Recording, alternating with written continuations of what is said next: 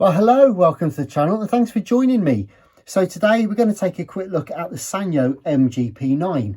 A very simple personal stereo, but it's the prime example of the sort of thing that might come through the door or you might have in the back of your own cupboard. And I thought I'd give you a quick whistle-stop tour on how to basically check it over, clean, service it, clean the head, change the belt, all that kind of stuff. And I thought this would be a prime example for that. So I haven't tested this particular one yet. It only came in yesterday. So I've got a particular penchant, I have to say, for the MGP9. And whilst mine was red, as a boy, I had one of these. And it's what kind of kept me company as a boy. It was my sole source of music, really, in terms of being left to my own devices as a youngster. Could never afford a Sony Walkman or anything like that. So I had this most basic unit. Didn't have a radio, didn't have rewind even, didn't have auto reverse, it didn't have separate left and right volume controls, only had one headphone out jack, all sorts of stuff. It was super basic, but I loved mine. And in fact, it was rekindling my love for the old MGP9 that got me started back on this channel again, actually. So I kind of thought it'd be quite nice just to give anyone that hasn't seen my previous videos on the Sanyo Walkmans a nice little chance just to see what to do if you get one, or if you've got one sat around at home that needs some TLC, just show you how to repair it with some simple bits and pieces. So without further ado, we'll get this one open. And as I say, I only got this one in yesterday, so I have no idea whether or not it works. It does have the original Sanyo headphones here, which is always great to have. Now, I don't think there's anything else in the box. No other literature. It does have a serial number on there, 6109503. So I'm just going to check mine over now. And 6109503. So it's definitely the right one, which is great news. So what do we know? Well, structurally, it's in really good condition. There's no cracks or nasty wear and tear. The ink is still good on the decals there. The belt clip is intact and that's nice and strong. Volume pot feels good. On the face of it, it seems okay actually. So nice and clean inside. And a quick cursory look at the running gear suggests it's clean enough for me to run a demo tape through, assuming it even works. So let's not assume it works. Let's actually test it then. So it's a 4.5 volt unit, this one. Got 3 batteries required. So we'll put those in now. And hopefully it'll work. The contacts look a little bit dirty, so it may not work, but hopefully it won't shouldn't just need much more than a little clean, really. So anyway, batteries are in. And yeah, we're in business. It does actually work. Just gave the batteries a little jiggle on the way in to disturb any surface corrosion, but that's great. Right, fast forward. And again, that's working. Superb. All right, so we know that the actual contacts work. Next thing then is, does the actual DC work as well? So we'll get a test for that. This particular one, as I say, is 4.5 volt DC, and it is a positive pin. So I would use, for this, I've got a multi-voltage adapter. Now, of course, I do have a regulated power supply, and that's okay for diagnostics and stuff when you're actually trying to figure out something specific and you want to have a safe voltage applied to it. But this is just 4.5 volts, and the fact of the matter is we're actually trying to make sure that the domestic user's mains power supply does actually work. So therefore we use a regular power supply and see if that works. So play, and yeah, that's fine. And fast forward, that's working too. So far so good. All of the power works, which is great. Now I'm going to bring my trusty JSX37 Sanyo speakers into play, because what I want to do next is see if the headphone works. So I'm going to put a tape in now and see if that works. So here we go. I'll set the volume to 0. Also, we'll see if the volume part is noisy or not. So, okay, good. But it's playing the music, so the amp's working okay. And Yep, I've got left and right channels, and I can feel both of those. I can feel both of those 0.2 watt speakers rumbling in my hands there, so that's fantastic news. Good. And the jack actually feels really solid in there. It didn't feel like there were any loose connections. So just while I'm at it, actually, I'm just going to just check the headphones that came with it, just to see whether they also work. Also, it'll allow me to just gently wiggle the headphone jack and see if there are any issues with the board.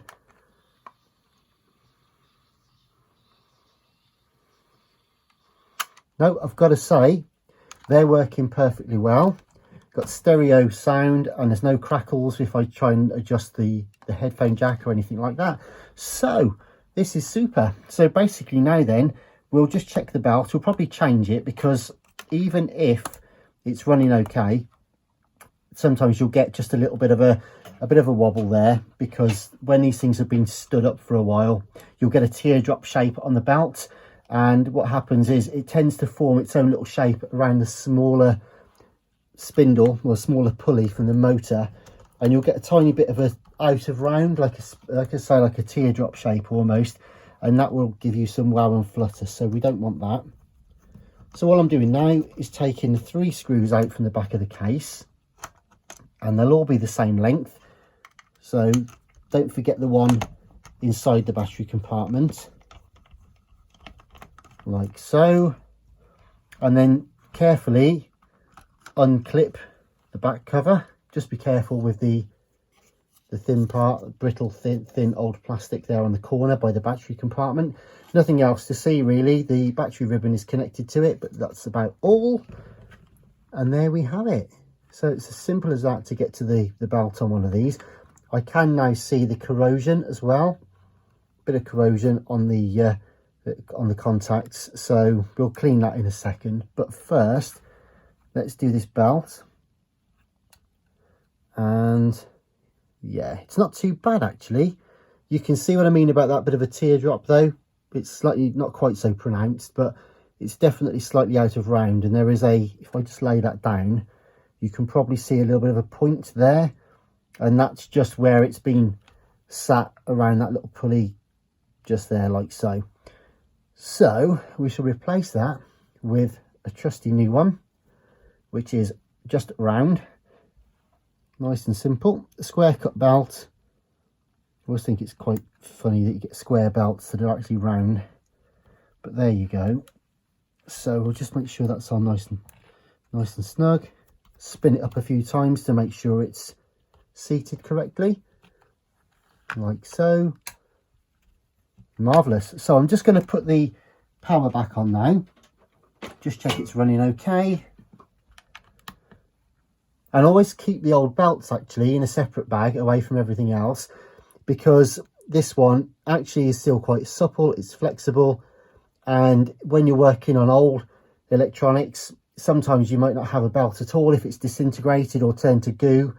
Sometimes a temporary belt like that is better than no belt at all. So it's always worth just keeping the old ones, just in case for emergencies. Anyways, we were going to just check this tape now with the new belt on. And here we go. Right, it's spinning up nicely.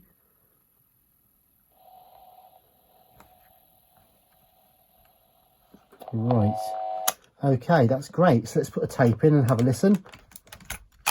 So turn the volume down and feed that back in.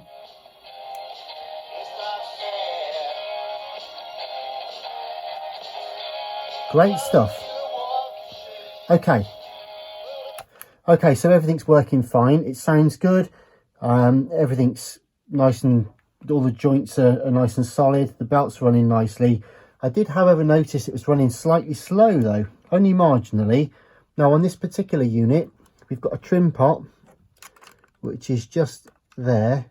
Sometimes these are just a slotted screwdriver. This particular one is a crosshead. And what we can do is we can actually then tweak the speed on the fly. Those that are suitably equipped can use oscillators and calibrated test tapes and everything else. I prefer to just go play some music that I know, that I'm very familiar with, and just have a little listen, especially for things like this. Just have a listen to it, and if it sounds right, it is right. So I'm just going to tweak it. There we go. If I show you, it's gone slow, and I'll speed it up now.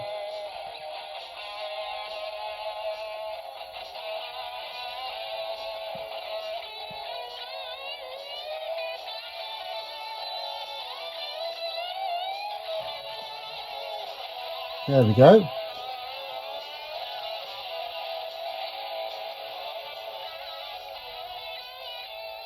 Magic. So there we go, we've just tweaked it. And whenever you change the belt anyway, some belts are slightly different and they have therefore slightly different diameters and things like that. If they're thinner tapes or thicker tapes, thinner belts or thinner belts. So that's basically it now. So I'm happy with the speed of that. And I could, or you could, if you didn't have any technical equipment to hand, like we're just doing this now, play something else. And if you were happy with the first song, holding hands by candlelight. Yep, fine. Cab home, dress on the stairs, French kiss in the heat of the night. You may take me for granted, do what you want to do.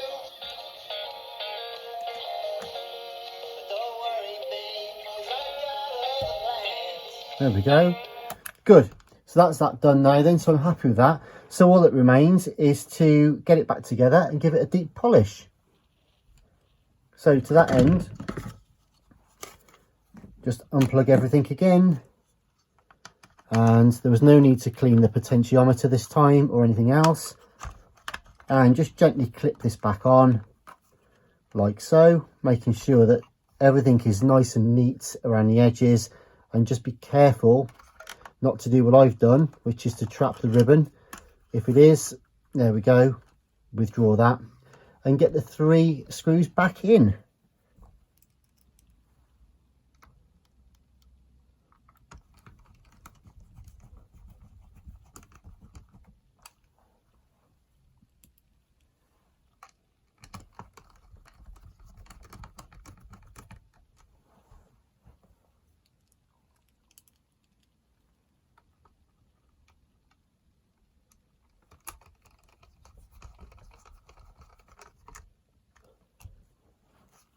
And that is that. So next job, we'll just zoom in a little. And I think we'll carry on now and clean these battery contacts a little bit. And I'm just going to try some alcohol for the moment. And then I'm going to clean the battery terminals. Only joking, you're all right. Can you be drunk in charge of a YouTube channel? I don't know. Anyway. There we go.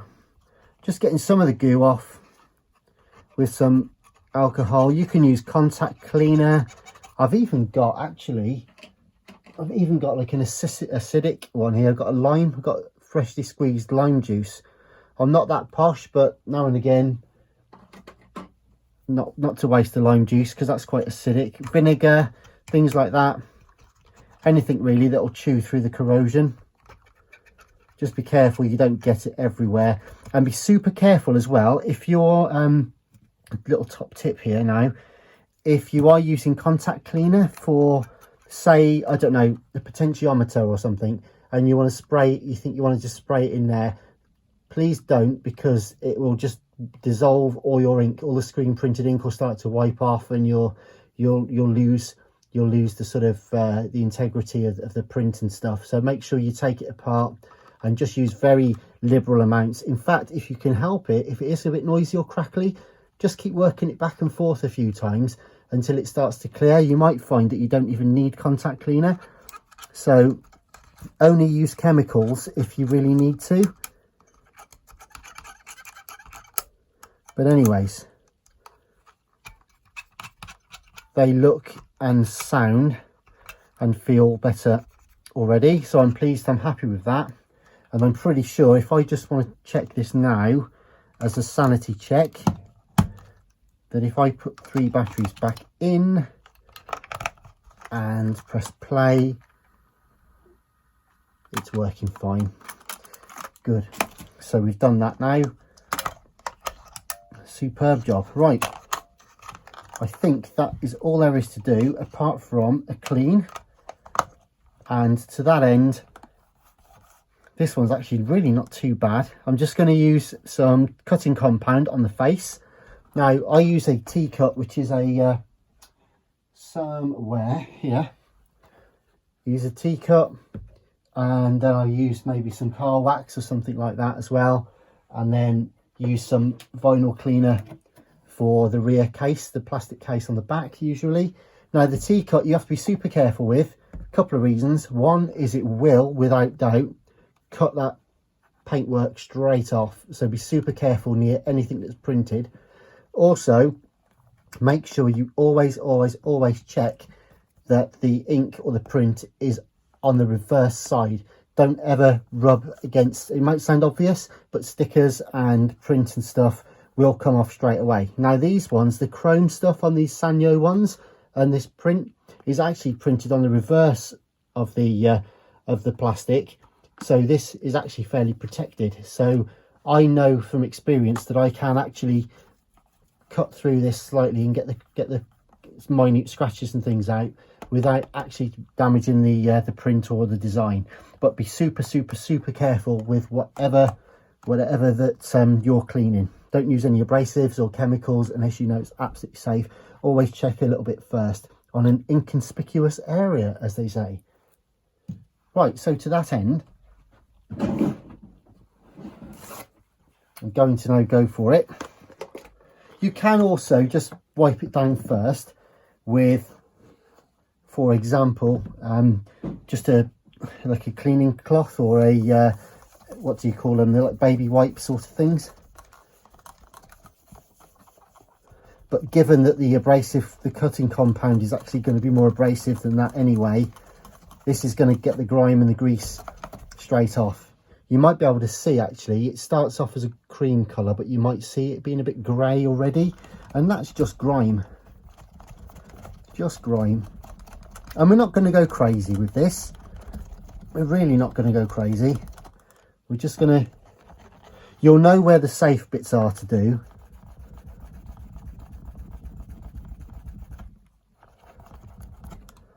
Because like I say, we're not going to go mad. And as soon as you see any hint of colour coming up, stop, because that means you're wearing the paint away. So do not do that. It's a fine line between restoration and ruining.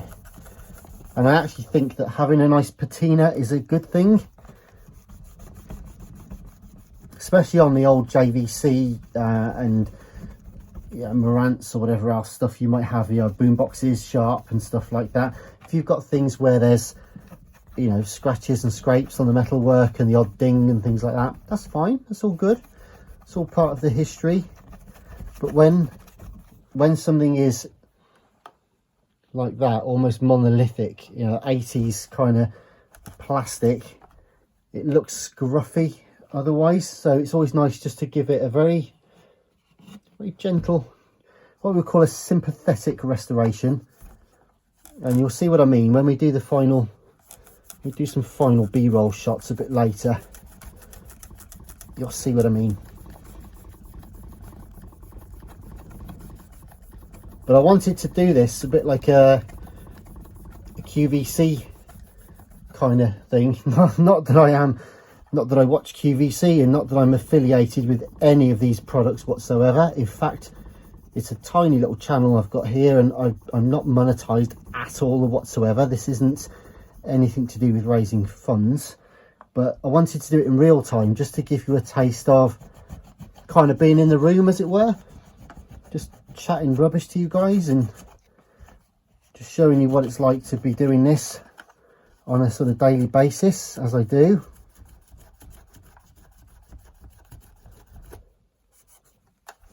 So I'm not going to overwork this one. There we go. But I just thought it'd be nice to do this in real time. And I could work this even more. I could work this for even longer. I wanted to do the whole thing basically just in one take. I was hoping we could just clean everything. We haven't cleaned the hedge yet, have we? So we'll do that as well in a second.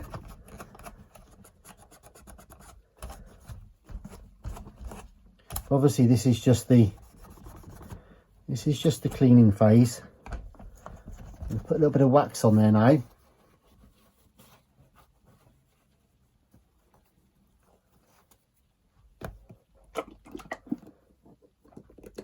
And then for the wax, just a tiny little bit of automotive wax on there. Not too much. You'll find it has a habit of finding the nooks and crannies, and then you'll be forever trying to dig bits of white wax out of the hinge joints and all that sort of stuff. Just gonna zoom out a touch.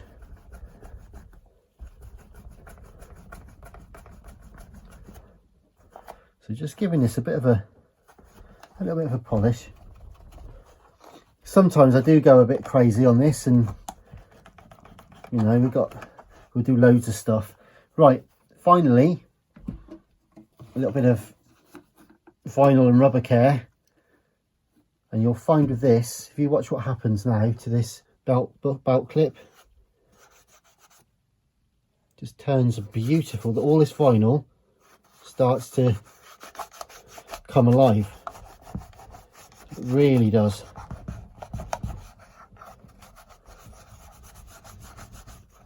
It really does. Looks so nice, and this will all buff up so beautifully, and it'll look amazing. It'll look like almost like new. So there we go. So we've got wax drying on there. We've just got some polish. I'm just going to do two quick things now.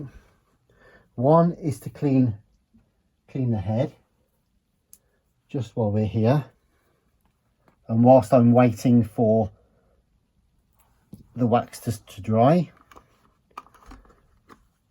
And to that end, just the old trick of partially pressing play. We can press play all the way in to expose the head,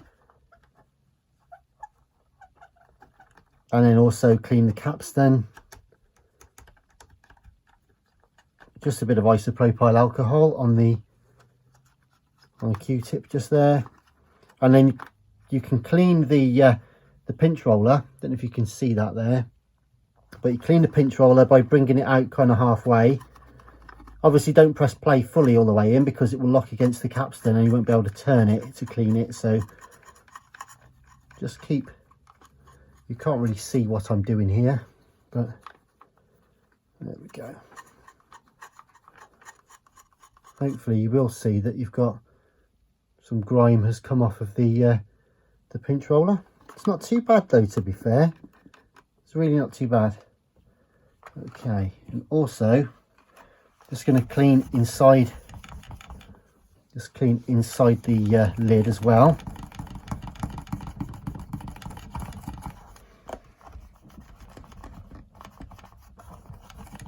There we go.